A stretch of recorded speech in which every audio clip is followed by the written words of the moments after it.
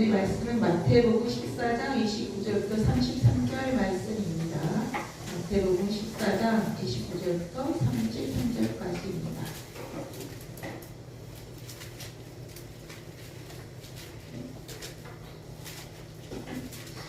모두 교독하시겠습니다. 오라 하시니 베드로가 배에서 내려 물 위로 걸어서 예수께로 가되 바람을 보고 넘어가서 소리 질러 이르되 주여 나를 구하소서 하니 예수께서 즉시 손을 내밀어 그를 붙잡으시며 이르시되 믿음이 작은 자여 왜 의심하였느냐 하시고 배에 함께 오르되 바람이 그치는지라. 같이 배에 있는 사람들이 예수께 전하여 이르되 진실로 하나님의 아들이시다 하더라.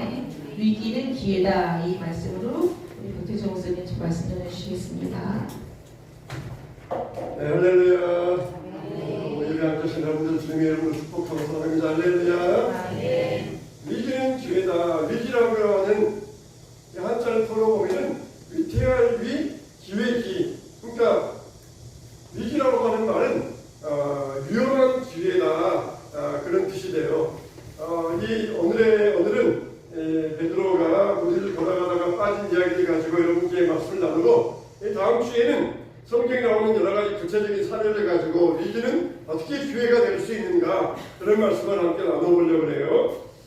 예수님께서 물에 빠져가는 베드로를 구해주시면서 왜 이렇게 믿음이 없었느냐 그러셨잖아요. 근데 예수님은 이때 두 번 예수님께서 풍랑을 잔잔하게 하셨던 적이 있었어요. 한 번은 예수님께서 제자들과 함께 배를 타고 가다가 배전을 베고 누우셔가지고 깊이 잠드셨을 때에 풍랑이 일어났습니다.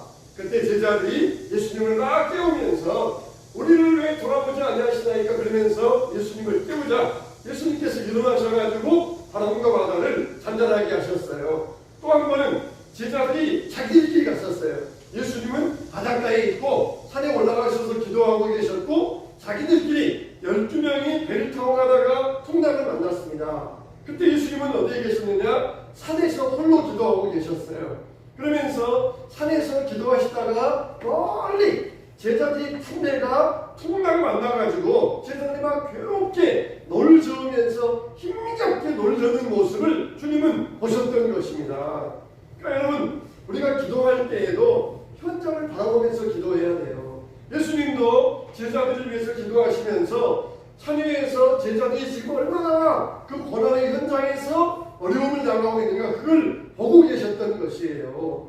아말렉 사람들이 쳐들어와가지고 여호수아가 이 앞에 나가서 싸울 때 모세와 아론과 훌은 산 위에 올라가서 그 전쟁터를 내려다보면서 현장을 바라보면서 기도했던 것입니다.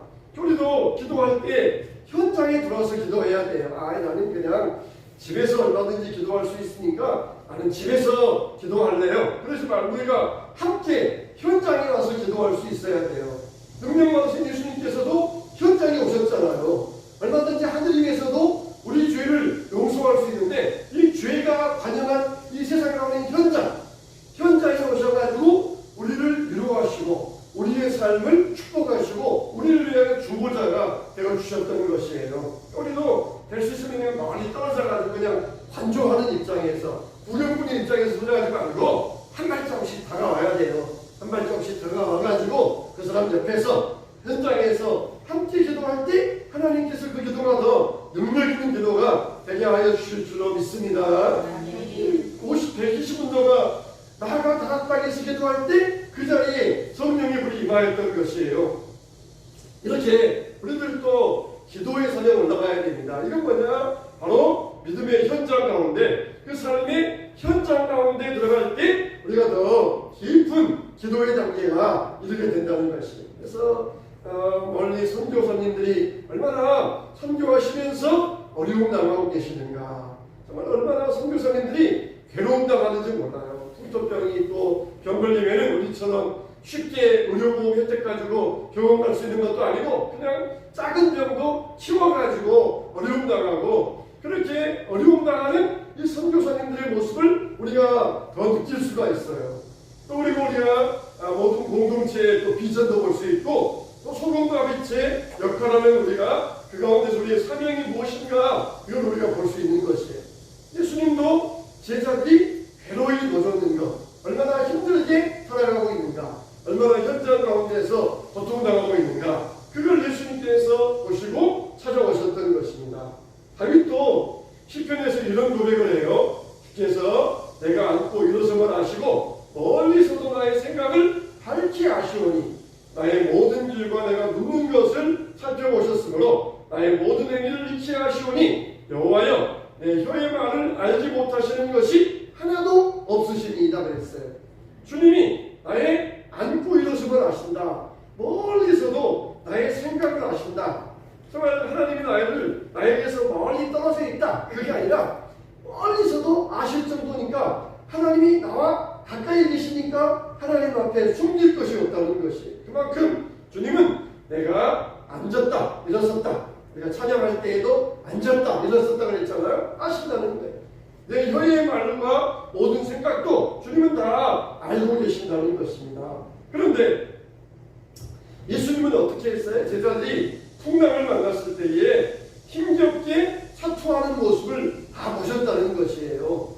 그러다가 오병이어를 행하시고 해가 질 때 군중들을 다 보내시고 예수님은 산으로 올라가서 기도하시고 제자들은 배를 타고 바다로 가시고, 그런데 예수님께서 제자들을 찾아오신 시간이 얼마냐? 밤 사경이라고 했어요.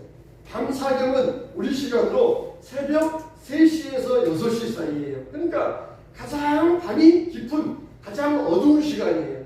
아니 군중들을 흩으셔가지고 다 집으로 가라. 그리고 오병이어를 먹이시고 집으로 보내실 때는 해가 지는 늦어도 7시나 저녁 8시였는데 그렇게 오랫동안 산에 올라가서 기도하시다가 밤사경 새벽 3시와 6시 사이에 예수님께서 제자들을 찾아오셨다는 것이에요.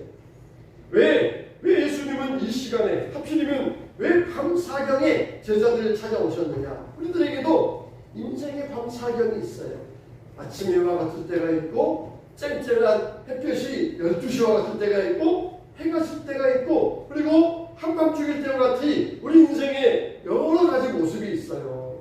그런데 예수님께서는 해가 져서 제자들과 헤어졌는데 초저녁이나 밤 12시에 이런 시간에 오지 아니하시고 가장 어두운 시간에 새벽 3시에서 6시 사이 가장 어두운 시간에 제자들을 찾아오셨다는 것이에요.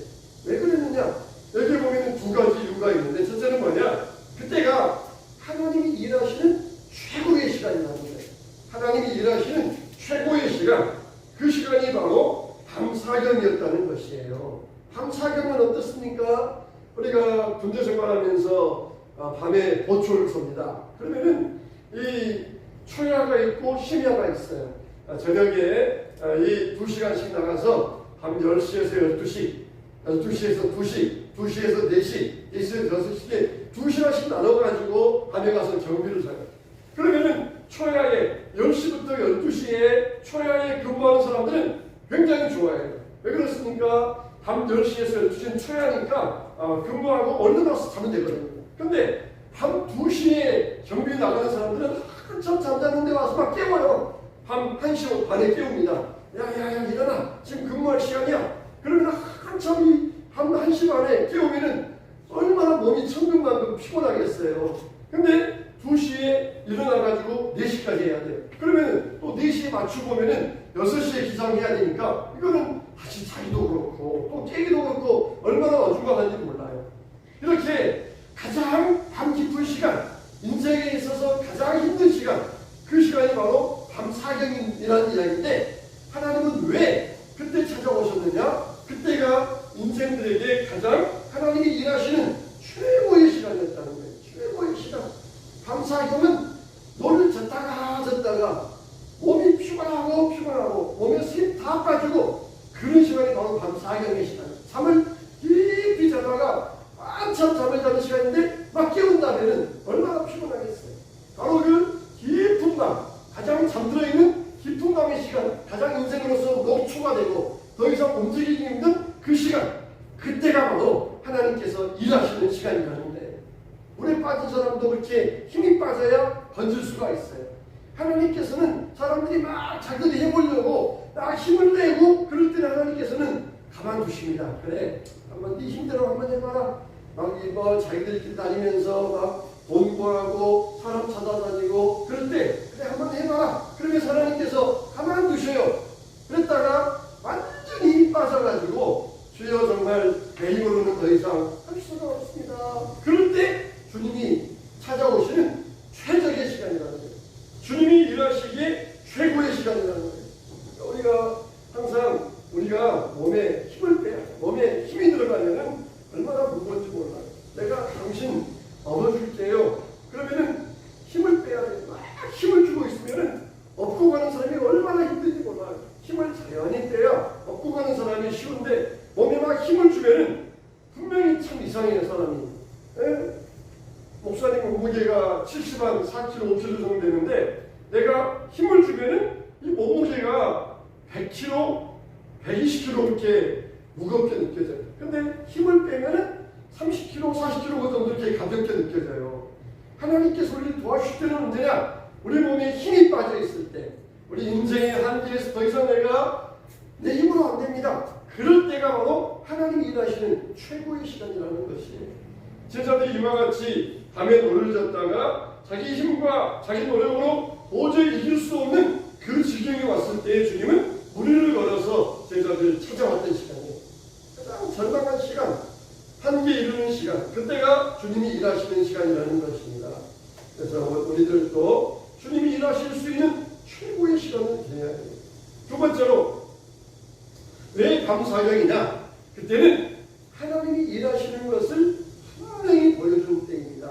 여러분, 밤이 어두워지면은 우리의 시각이 어두워지니까 뭐가 발달됩니까? 우리의 청각이 발달돼요. 눈이 어두워서 안 보이면은 청각이 발달됩니다. 우리 하나님은 어떻게 역사하십니까? 우리의 귀를 통하여서 하나님의 음성으로 역사하셔요.